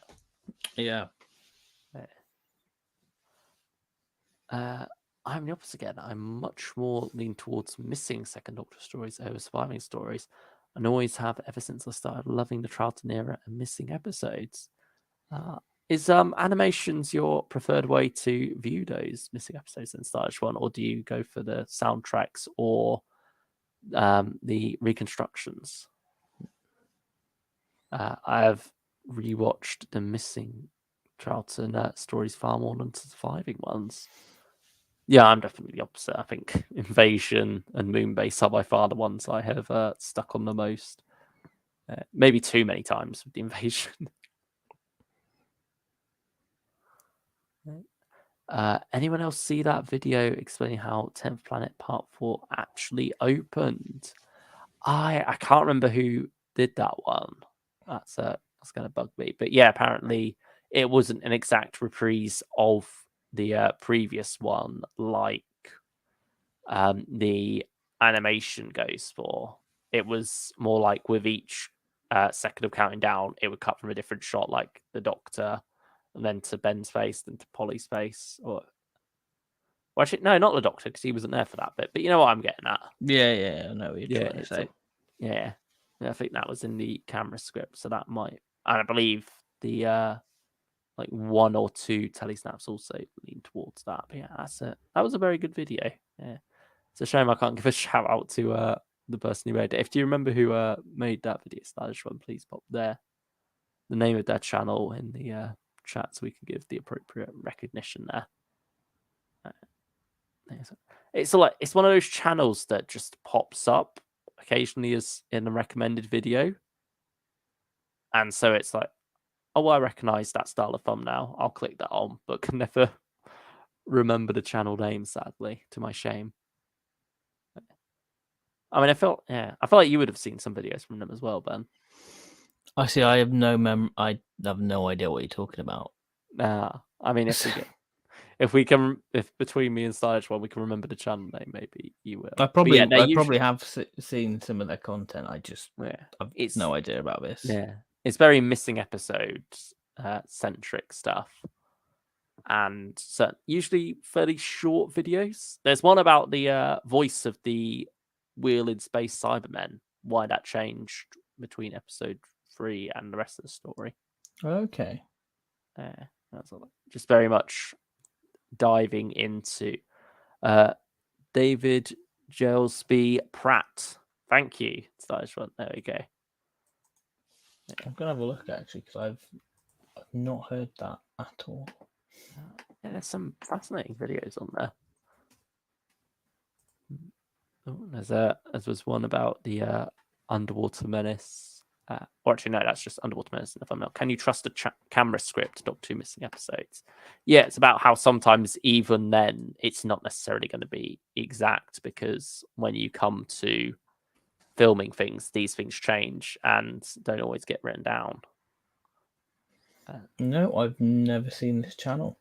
No, it's definitely worth watching some of their stuff, and same to everyone else out there as well. There's some, particularly if you are interested in missing episodes, it's great stuff. That is the channel, and he has some amazing missing episode videos. The Stylish One, indeed. Cybermen hit puberty partway through invading. Pitch Skull Black suggests as the reason for The change in voices in The Wheel in Space. Perhaps. He's currently researching what Ben is looking at in a surviving clip from 10th Planet. The detail that is out there to be found. I mean, it's one thing that surprised me about the invasion, because I'd watched the animations for so long. And again, this is something that I think we tend to forget, that liberties were taken with early animations as well as the current era. Because Zoe, for most of part 1, is in the cat suit. Mm-hmm. But the animation instead goes for the outfit she wears with Isabel, sans the feather boa that comes along when she's round there. Because, that's what she's wearing in episodes 2, 3 that are surviving. And then, again, for episode 4, they'd need that model. So it made more sense for them to just have that be the outfit for Zoe to save money rather than doing 2 outfits. But it sort of makes a bit more sense as to why she's suddenly back in the cat suit in episode 6, I believe, that cliffhanger. Because it would still be there for from when she got changed, presumably, with Isabel. Whereas when you're watching it with the animation, it feels like suddenly her outfit from the last story just comes out of nowhere. But realistically, when you're watching, actually, it makes more sense for it to be the cat suit because, TARDIS comes together after the end of Mind Robber. If you go from that to animation, suddenly she's in a different costume. Yeah. And imagine part of it as well comes down to the fact that they'd have filmed the TARDIS arrival scene and departure scene in that field back to back. Yeah. And so, they'd have had her in a cat suit for coming out of it. They'd have wanted her, they'd have just kept her in it for going back in. And I wonder if partway through production, someone suddenly thought, shit, she's wearing a different costume now to the one that we filmed her departure in. Let's suddenly get her changed at the end of part 6 so that this will line up with what we have in the film location footage. Yeah. I mean, that might be one of their videos, but I don't think so. That's just something that through my many, many watches of the invasion suddenly came to me one time. And I think I actually sent that as a message to a group chat that we're both a part of, to be met with you need to get out more. You need to touch grass. And I was like, yes, I do, but this is interesting to me. And only you. This is probably what everyone in the chat is thinking right now. Get out, touch grass. Also on Twitter or X, he posted a half frame from Fury from the Deep, from the scene where Maggie meets Oaken Quill, where for half a frame in the raw footage, you can see the previous scene. Oh, that's interesting. Because I suppose the way they cut it, that's just how it worked out. Yeah, that'd be something to check out. I can't say I've watched The Invasion much. I've watched it a few times and given it so many fair chances, but can never get into it. That's fair, Stylish Run. I've had the same issues with Power of the Daleks, so we're even there. I should give Power a watch as the telestat version at some point. Because that certainly helped me with Fury. I wonder what it would look like if Meet Canyon Animated Doctor Who. That's an interesting channel. That's one I've not heard of. What second Doctor story do you think is going to get animated next? I mean, we're down to 3, aren't we? I believe someone mentioned in the chat earlier. Highlanders, Wheel in Space, and Space Pirates. 1 from each season. I thought it's got to be Wheel in Space. Yeah, I felt that's probably the obvious choice of the three, isn't it? But Yeah. that feels like one. It always feels like such an obvious choice that I was surprised it wasn't done sooner. Well, I thought it'd be after Macro because of the little thing exclusive to the Macra Terror thing, what they did for the BFI, like the cut down episode 1. But I suppose as well, because they'd already done that, they didn't want to redo anything and such. And it's harder to, get back into that flow of a project that's already been wrapped up than it is to just start a new one from scratch. Do you see the person who animated Celestial Toymaker is doing an animation based on the Daleks Target novels? Stephen Newton voicing the First Doctor. Yes, he mentioned that to us, actually. Yeah. That'd be interesting. Yeah, because that's also a very different kind of story as well. Yes. Stephen himself claimed it's like the closest Doctor Who comes to being like a novel in its own right. I can't remember. That's not his exact wording. That is a terrible. Yeah, don't quote. No. Don't quote about that. Yeah, that made no sense either. But yeah, what he said made sense. Yeah. Also, I'm sure he'll correct us, and yeah. I can't describe what he's getting at, even though it's perfectly clear. It makes sense. Yeah, it makes I know sense exactly when he what he says said. it. Yeah. It's like a proper work of fiction in its own right, rather than a novelization of some silly TV show. I love how the animation releases include black and white animations, color animations, and for photographic telesat reconstructions, very accommodating for all different tastes. Yeah, it's nice to have a feeling of a complete package there, isn't it?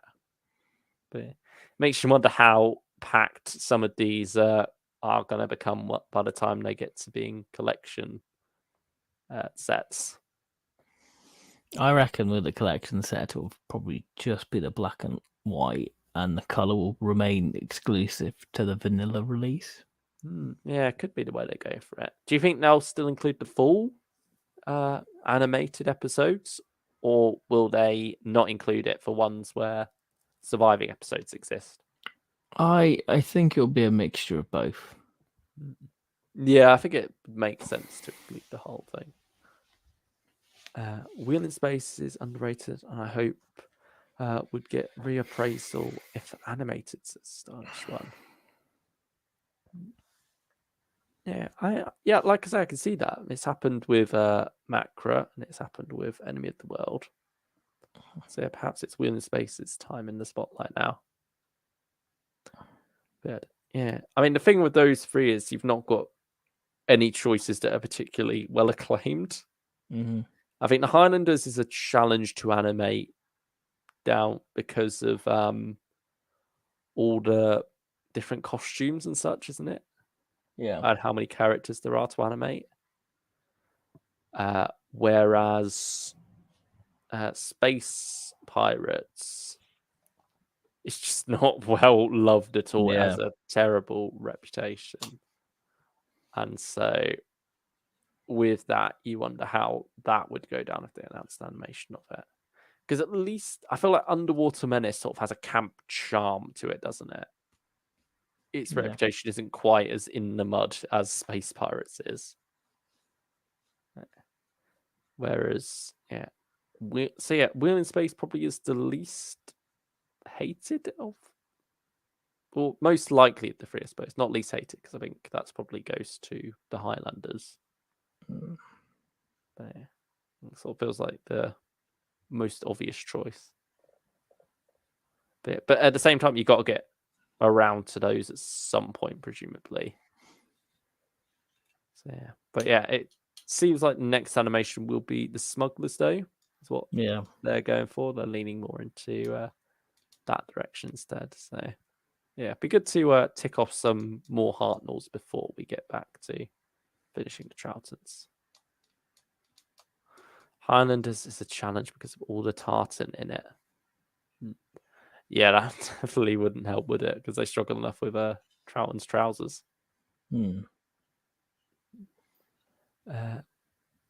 Also, look, my preferred experience for missing Troughton stories is animation, except for Fury and Abominable Snowmen. That's the Big Finish creative style working against you there.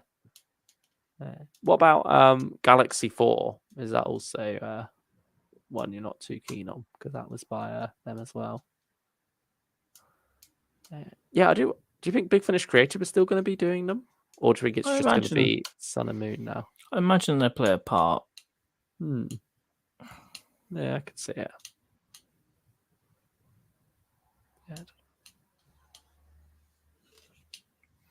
Yeah, I wonder if their style would work better for the Highlanders. Or maybe the Web of Fear Part 3 animation is probably the only viable way of doing the Highlanders.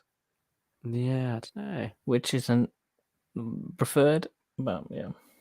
No, I can't see that working for like the exterior shots as well. Like, but although maybe they'll go for the Sun and Moon style just because they want to keep the consistency. Consistent. I do wonder if they'd ever do the Moon base again as well. Not that I feel like they need to, or they shouldn't do it because it's the best one. Yeah, but would they want, that whole Sun and Moon style to have a complete run from, I suppose, the Highlanders to Evil of the Daleks? Especially when you already had a DVD release of the Underwater Menace, but that's not stopping them doing this animation and animating all of it. It is pretty much. It is a shame not to have that original animation for the Underwater Menace, though.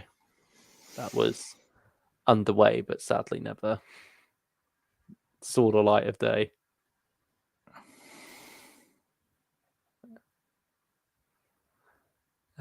They probably would, says Pitch Skull Black. I mean, I can't say I'd be upset if they did, because it's not like the original's going anywhere. Still got that old DVD, can still put that on anytime. Just realised the Underwater Menace animation isn't called Special Edition. No, it isn't, because they did call Web of Fear Special Edition, didn't they? But I suppose that's because it was more than just the animation there, and the animation wasn't the main product. The question is, which animated First Doctor regeneration is best? 10th Planet, Power of the Daleks, Standard Edition, or Power of the Daleks? Special Edition. Which one do you think? It's a trick question because it's for us to say power, isn't it? I don't know. 10th Planet's fine for that. I don't know. Power does sort of zhoosh up a bit, doesn't it? Yeah, it makes it a bit more eerie, and I like that. Yeah, you got like the shadow of the Doctor as he's leaning over the console, all the buttons doing their own thing in different shots and stuff. It is done effectively, particularly. I mean, it's never going to be Standard Edition. It's always either Special Edition or 10th Planet there. But, and I mean, that is one of the rare scenes where we do still have the original, so we can always just say that. I think that's pretty much just done for tonight, isn't it, really? Yeah, I suppose so. We've covered all our Macra Terror thoughts for the most part. I mean, what would you rate the animation out of 10 and then the story out of 10? Animation, I'd give same as the story, 8.5, I'd say. Yeah. I'd say animation an 8, story 6. Yeah, I think okay. That's fair. Yeah. The shadow of the Doctor as he leaned over me to give me my COVID booster. Says Bitch Skull Black. Oh wow! Again, blast from the past there. Macra Terror and Power of the Daleks are directly having the first pre-credit sequences. Have they done that for any other animations? I don't believe so. No, I don't believe so. I suppose because none of the other ones really need the additional context there. Oh, before you go, have you seen the Genocide Machine animation by Josh Snares yet? I've seen the trailer. Very good. Yeah, very good stuff. Trailer. Good stuff. Yeah, I do like the slightly more cartoonish style that they've gone for, like with the black dot as the eyes. Yeah. Because ultimately, with something that has to be sustained for this long, you can't necessarily do it fully realistically. Yeah. And so, yeah, I quite like that they've leaned into that more cartoonish style a bit more and had fun with it. And yet the Daleks look very well very done good. from what I see. Yeah. I'm watching it tonight and can't wait for it. I hope you enjoy it. Enjoy. Yeah. Oh my god, if the surgeon in the Underwater Menace were just giving Polly a COVID vaccine. I mean, when Underwater Menace is meant to be set fairly contemporary, isn't it now? Or like contemporary to us rather than to the 60s.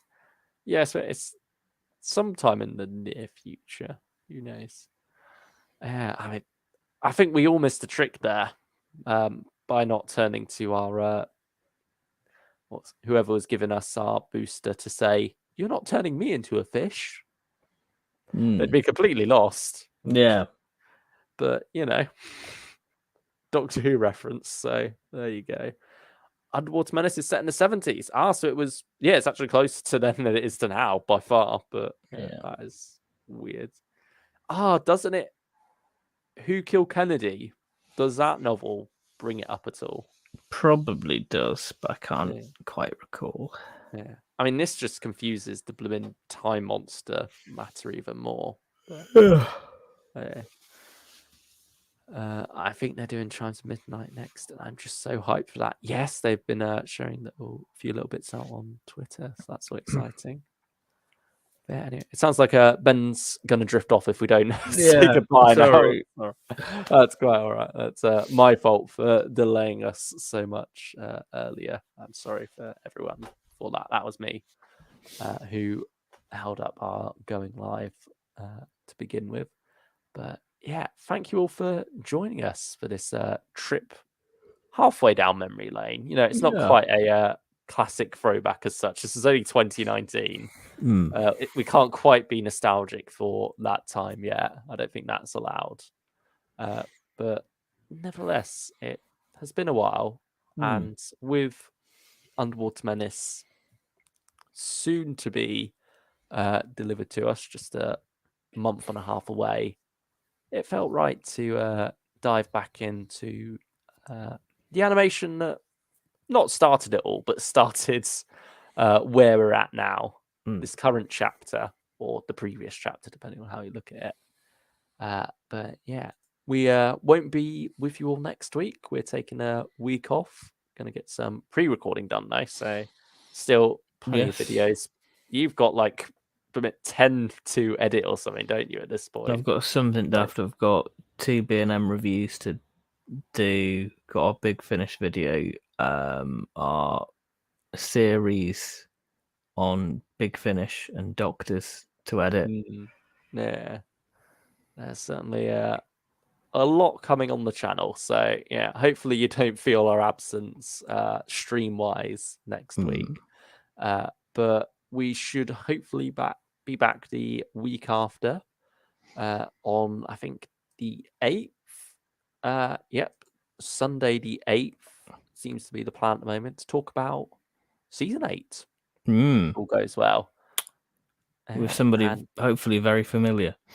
We will see how that all shakes out in the weeks to come. But yeah, certainly we'll be back in some way, shape, or form, streaming 2 weeks' time. And in the meantime, it'll either be just Ben or me and Ben in plenty of videos that are Martian Planet in the 2055. We've got that coming up as well. Yeah, we managed to successfully record that this time without the internet giving up on us. So that was a pleasant experience. Great stream, says Pitch Skull Black. Thank you. Anyway, take care and see you next video. So Stylish One. Thank you very much, Stylish One. Whatever it is. Amazing stream again, guys. Thank you. Thank you very much, Huvian. That's very kind. Thank you to all you lurkers out there as well, watching along. I hope you enjoyed. And feel free to like the stream as well. Subscribe, comment your thoughts on Macra Terror. or Let us know. Underwater Is it your Menace, favorite that new. animation? Tell us what you think of the Ood in Torchwood as that news dropped today, or just anything else you want to throw our way in the like the title of the video, you know. Yeah, certainly. I mean, the world's your oyster there. Any engagement helps us. Go on a rant about the geopolitical machinations of South America or something. I don't bloody know. Make up your own lost minds. me there. You've lost me there. I've lost myself there. Yeah. Those words might not even make any sense in order, but yeah. There's like you say, plenty more to come from us. Take care of yourselves, everyone. See you very soon. Yeah, whenever, some point. Time inside melts the snow. New Year? Melts the snowman. Melts the snowman. Happy sleep time, everyone. We'll be back very soon. Bye-bye. And remember,